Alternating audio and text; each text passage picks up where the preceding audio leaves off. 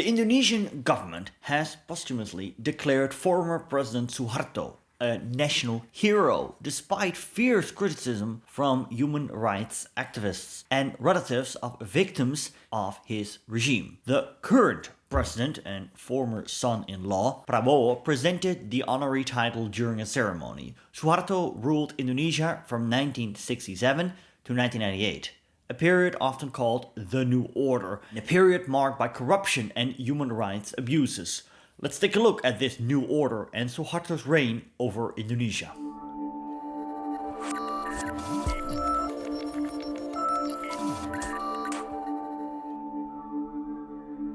National Hero is the highest honor anyone can receive in Indonesia. The title is always awarded posthumously to people who are seen as role models for the people. Prabowo presented the award to Suharto's children. At a ceremony, Suharto was described as a prominent figure from Central Java and a hero of the struggle for independence. This led to fierce protests in the capital, Jakarta. Critics see it as an attempt to rewrite history. Our struggle is being erased. We are being portrayed as traitors because we fought against Suharto, and now he is being called a hero, a former student protester told Reuters news agency. He took part in the protests that brought down Suharto in 1998. The award is also seen as a cause for concern about the current president's course. Prabowo was a commander in the 1980s and was accused at the time of human rights violations in East Timor, something he has always denied. The Indonesian atrocities in East Timor is something we will assess. But first, who was Suharto and how did he rise to power? Born on the 8th of June 1921 in Kimusuk, near Yogyakarta on the island of Java in what was back then the Dutch East Indies.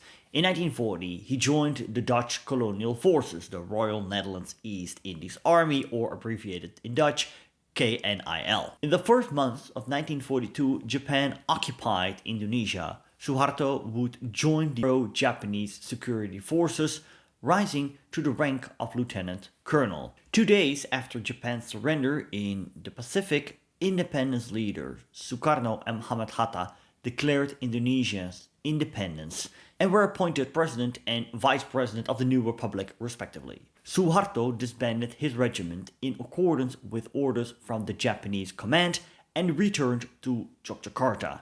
In the ensuing Indonesian War of Independence against the Dutch, Suharto led the Republican forces against his former colonial overlords. On December 27, 1949, the Dutch transferred sovereignty to the United States of Indonesia. The war was over, but Suharto remained in the army. By the late 1950s, President Sukarno introduced guided democracy, ending parliamentary rule and centralizing power under himself, with army support from General Abdul Haris Nasution. Political parties weakened, and Sukarno ruled through appointed councils and functional groups. Dutch assets were seized, Western ties deteriorated, and in 1958, the army crushed US-backed regional rebellions. Sukarno grew increasingly authoritarian, declaring himself leader for life in 1963. His foreign policy became aggressive after reclaiming West New Guinea from the Dutch. He launched confrontasi against the new state of Malaysia, seeing it as a Western puppet. Domestically, Sukarno balanced between the military, Islamists, and the rapid-growing Communist Party, PKI, which by the early 1960s had millions of members. As Sukarno leaned left and embraced China, tensions with the army and religious groups escalated. On the 1st of October 1965, a group of officers killed 6 generals in what became known as the 30th September Movement. Major General Suharto crushed the coup within a day and blamed the PKI. The army then led a mass anti-communist purge, killing an estimated 500,000 to 1 million people across Indonesia. In 1966, Sukarno was forced to hand emergency powers to Suharto, who eventually removed him from power.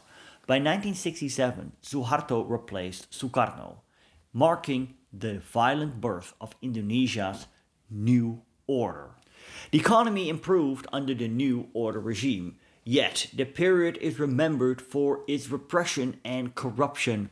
Hundreds of thousands were detained for years of suspicion of being communists or political opponents. Many were sent to prison camps like Buru Island, where torture and forced labor were common. Suharto's regime banned opposition parties, censored the media, and used the military and secret police to intimidate critics. Political dissent was often met with arrests or forced disappearances. Military operations in regions like Aceh and Papua involved extrajudicial killings, disappearances, and torture against separatist movements and civilians. Suharto's family and allies enriched themselves through monopolies and state contracts, deepening inequality and poverty among the ordinary Indonesians. Of all the shadows cast by Suharto's regime, none was darker than the occupation of East Timor. The town of Dili on the north coast of East Timor was once a quiet and neglected Portuguese colony. For centuries, Portugal ruled it loosely with little development or attention. After World War II, the colony remained poor and isolated until Portugal's 1974 revolution, which triggered the end of its empire. Indonesia invaded East Timor in December 1975 with Western approval, claiming to restore order. By mid-1976, East Timor was annexed as Indonesia's 27th province. The occupation, however, sparked a brutal guerrilla war against the Indonesian army. Between 1977 and 1979, civilians were forcibly relocated, tortured, and killed. Thousands died in massacres, famine, and forced labor as Indonesia tried to crush the resistance. Although Suharto's regime poured development funds into East Timor, the brutality of the occupation bred hatred and international outrage. By the early 1990s, repression continued, culminating in tragedies like the Santa Cruz massacre in 1991, when Indonesian troops opened fire on peaceful demonstrators in Dili, killing hundreds of peaceful protesters. The footage of the killings shocked the world and exposed Suharto's brutal rule. By the 1990s, Suharto's authoritarian New Order regime was showing cracks. His family and cronies were growing immensely rich, while corruption and nepotism flourished.